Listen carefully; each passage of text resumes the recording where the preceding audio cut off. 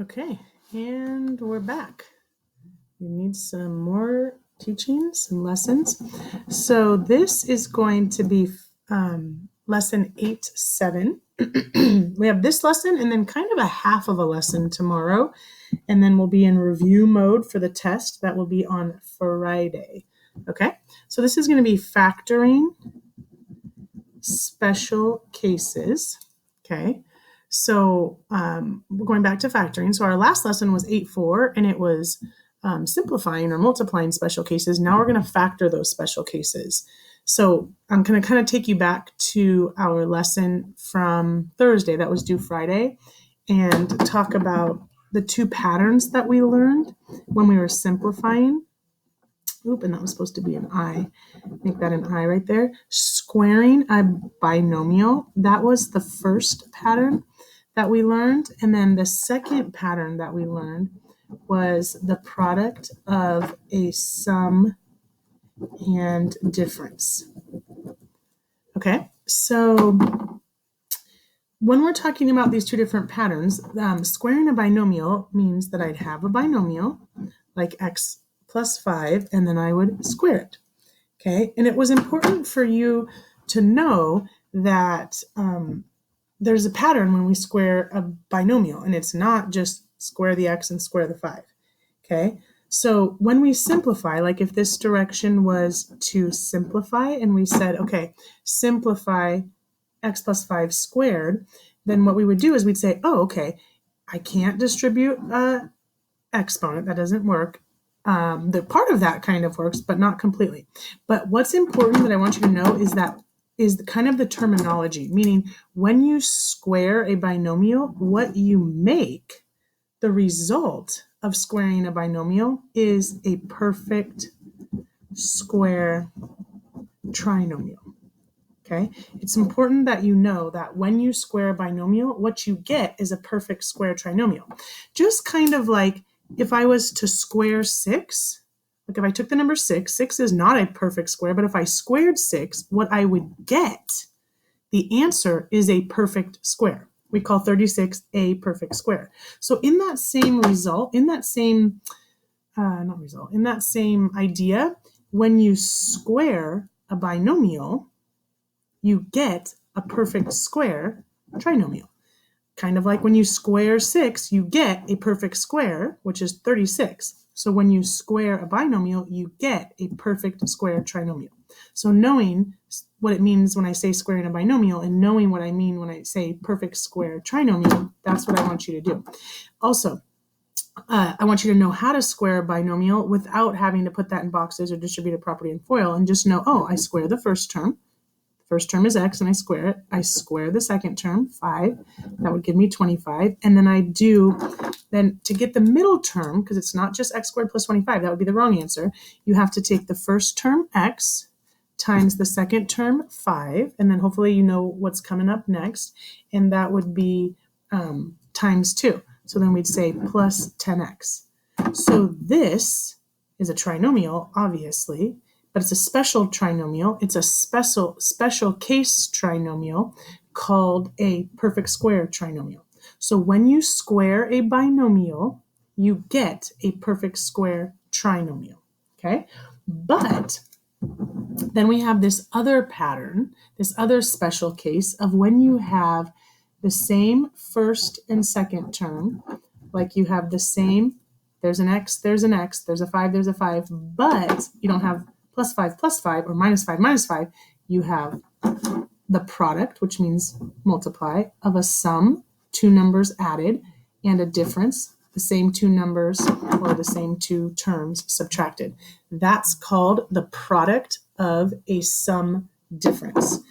And when you have the product of a sum difference, what you get is the difference. Hopefully you're starting to know this, the difference of two perfect squares. Okay, so when you have the product of a sum and a difference, you get the difference of two perfect squares, meaning you square the first term, x squared, and then you square the second number. 5 squared is 25, but it's always a difference. Never ever is it x squared plus 25. Because what happens is it's really 5 times negative 5 is negative 25, but the middle term, if we were to do boxes, the middle term would cancel out. Okay? So what we call these two right here, this perfect square trinomial and this difference of two squares, I'm going to refer to these as perfect square patterns. Okay, they're the special cases of perfect square patterns. So a perfect square trinomial is our first special case of a perfect square pattern, and then the difference of two perfect squares is our second case of a perfect square pattern. Okay, and so in saying that, what we're going to do is we're going to go backwards, and we're going to say, okay, what if I asked you to start here and factor that and get back to this answer? So what if I said factor 10x squared plus, x squared plus 10x plus 25, and I asked you to factor that? Well, you go through your factoring questions and you'd say, can I divide out a GCF? Is it 4 terms? And then we're going to learn number 3 today. And you can say what multiplies to 25 and adds to 10, but if you recognize that this is a perfect square trinomial, and if it is a perfect square trinomial, the first and the last term would have to be perfect squares. Okay, those have to be perfect squares. X squared is a perfect square because the square root is x. 25 is the perfect square because the square root is a whole number, 5. If there's an addition sign here, that has to be a plus sign. We talked about that in the last lesson. In order for that to be a perfect square trinomial, that has to be a plus sign every time, or else it's just factored a different way. It's not a perfect square trinomial. But if there's a plus sign here, then there's a plus sign here, and we say, oh, is this a perfect square trinomial? And I don't have to use the x or boxes. I can say, oh, is this a perfect square trinomial? It looks like it should be x plus 5 squared, but you have to check out this middle term, meaning I'm like, oh, it looks like it might be a perfect square trinomial. That's x, that's 5, but I got to check this middle term and make sure it works out. Does x times 5 times 2, does that equal 10x? Yes, it does. So then I don't have to go to x and boxes and all of that. I can just say, oh, this is a perfect square trinomial, and it's x plus 5 squared, right? When I factor a perfect square trinomial, then I'm going to get a squared binomial. My answer is going to be a squared binomial. And in the same respect, if I asked you to factor x squared minus 25, then you look at that, you're like, okay, can I divide out GCF? No. Is it 4 terms? Definitely not. Is it one of my perfect square patterns? Meaning, is it either a perfect square trinomial? Is it that pattern? No, because it's not even 3 terms. Is it the difference? It would have to have a subtraction sign, never ever an addition sign. Is it the difference? I'm like, oh, I have a subtraction, so yeah, it's the difference of 2 perfect squares. Yes, x squared is a perfect squared, and 25 is a perfect square. Yes, it is 2 perfect squares and the difference of those 2 perfect squares. And if it is the difference of 2 perfect squares, then that's going to factor back into the pattern of the product of a sum difference.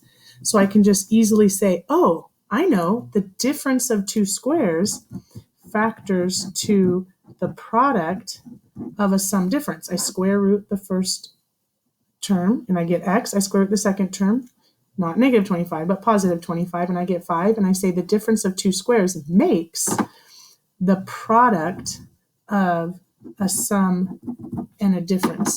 So what we're going to work on in today's lesson is basically our perfect square patterns. We're going to factor perfect square trinomials, and the answer is going to be a squared binomial, and we're going to factor the difference of 2 perfect squares, and that's going to factor into the product of a sum and a difference.